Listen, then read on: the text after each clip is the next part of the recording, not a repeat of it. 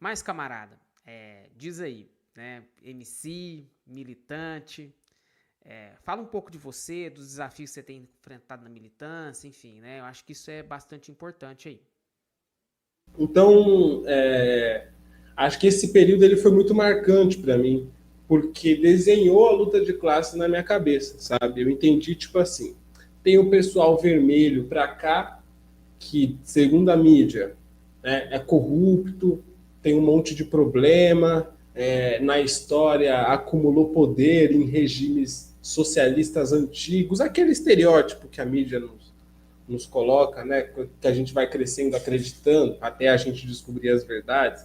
Mas eu pensei, pô, mas tem esse pessoal da esquerda aqui que pensa mais na justiça social, então, embora tenha lá seus erros que a mídia apresenta, que a burguesia apresenta, eu acho que é ainda melhor do que o pessoal que sempre foi inimigo do rap nacional, que eu sempre admirei, o pessoal que sempre foi inimigo das torcidas organizadas, o pessoal que sempre foi inimigo do carnaval. Isso ficou evidente, eu fui pesquisar na época, eu vi que era uma política destrutiva para o povo. E o movimento secundarista brasileiro, ou melhor, paulistano, começou a criar corpo, muito inspirado nos movimentos chilenos, né, de secundaristas chilenos, e também secundaristas paranaenses, que sempre tiveram um grau de mobilização também bastante influente.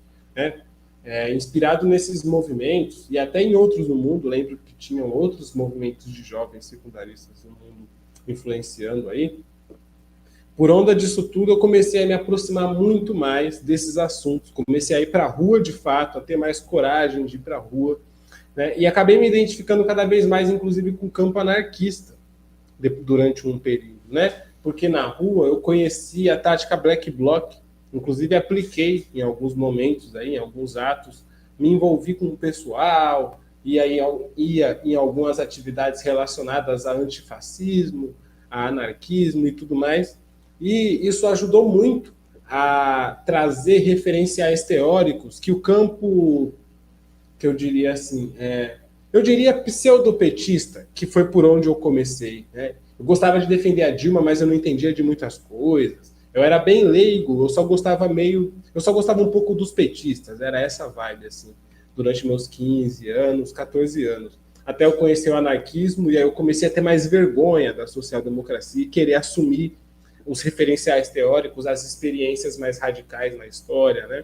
Mas como eu me identifiquei muito com o anarquismo durante uma época, esses referenciais eram Comuna de Paris, né, rebeldias zapatistas e etc. Até aos poucos, e tendo contato com o próprio Marx e o próprio Engels e o próprio Bakunin. Quando eu tive contato com a obra dos próprios mesmo, tá ligado? Aí eu comecei a perceber que eu não concordava muito com o que discorria Bakunin sobre poder, sobre Estado, sobre autoridade, né? Eu achava, enfim, que era um resquício de ideias burguesas, identifiquei logo isso, né? De noções burguesas, de Estado, de autoridade, de poder, e comecei a me identificar mais com a UJC, né? Me identifiquei mais pelo posicionamento em defesa da soberania da Venezuela numa época de ataques em 2017, né? Muitos ataques da imprensa brasileira, muitos ataques da imprensa internacional contra a Venezuela, contra o Maduro. Então a gente entrou num, acho que você lembra disso, né? Deve lembrar mais do que eu estava entrando na coisa ainda. Mas em 2017, a partir de 2017 até pelo menos 2019, foram várias as movimentações do nosso partido em defesa da soberania da Venezuela, não necessariamente do governo do partido do Maduro, mas da soberania, da escolha eleitoral do povo venezuelano que estava sendo contestada pelo imperialismo. Enfim, para não me alongar tanto, para finalizar, até porque já acho que me alonguei nessa resposta, esse posicionamento que a juventude do PCB estava tendo diante de vários dos assuntos, né, passe livre, diante do genocídio da população negra, aliada a ações políticas que eu via acontecer em São Paulo e em outros estados. Então, eu acabei descobrindo que um pessoal da UJC, aqui da região metropolitana, tinha cursinho popular. Fiquei sabendo que no Rio também tinha, e que no Rio tinham iniciativas ligadas à vida comunitária nas periferias. Comecei a me identificar, vi coisas que eu não tinha visto na época em outras organizações. e aí acabei me integrando, né? Enfim, e desde então milito tanto na juventude quanto no partido. No partido, a partir de 2021 e na juventude a partir de 2017, né, que foi quando eu realmente me aproximei. E aí, desde então, travo lutas ligadas à luta de bairro barra luta comunitária, né, como está escrito, inclusive, em alguns documentos mais antigos nossos, luta comunitária revolucionária, ou seja, a gente fica muito ligado nas iniciativas que no próprio bairro acabam acontecendo, de distribuição de alimentos, de luta contra o fechamento de alguma entidade ou de alguma instituição pública, né? Enfim, contra a especulação imobiliária, em apoio a ocupações locais, em apoio a territórios. Então, tem eventos de outras forças políticas, eventos do PSOL, sabe? Eventos até mesmo de forças anarquistas mais ligadas ao anarquismo, ocupações mais anarquistas, mais horizontalistas. Vou cantando em eventos tanto aqueles mais, entre muitas aspas, né, política partidária, e eventos com a juventude mais ligada à política partidária. Acho que é uma ponte interessante que talvez sintetize o padrão da minha atuação militante. Né? Eu transito entre esses polos para tentar uni-los cada vez mais, trazer jovens da periferia que não são necessariamente marxistas-leninistas hoje, para pelo menos conhecer o marxismo-leninismo e trazer marxistas-leninistas que talvez não conheçam especificidades das periferias, etc., trazer para conhecê-los também, fazer essa troca. Né? Acho que eu resumiria minha atuação dessa maneira.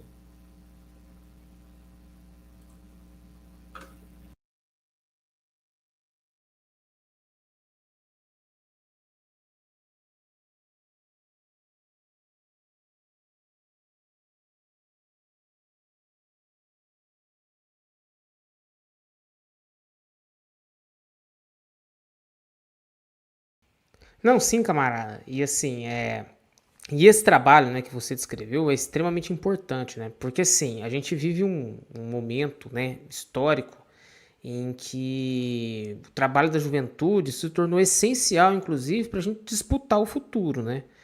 Hoje, sem o trabalho firme, né?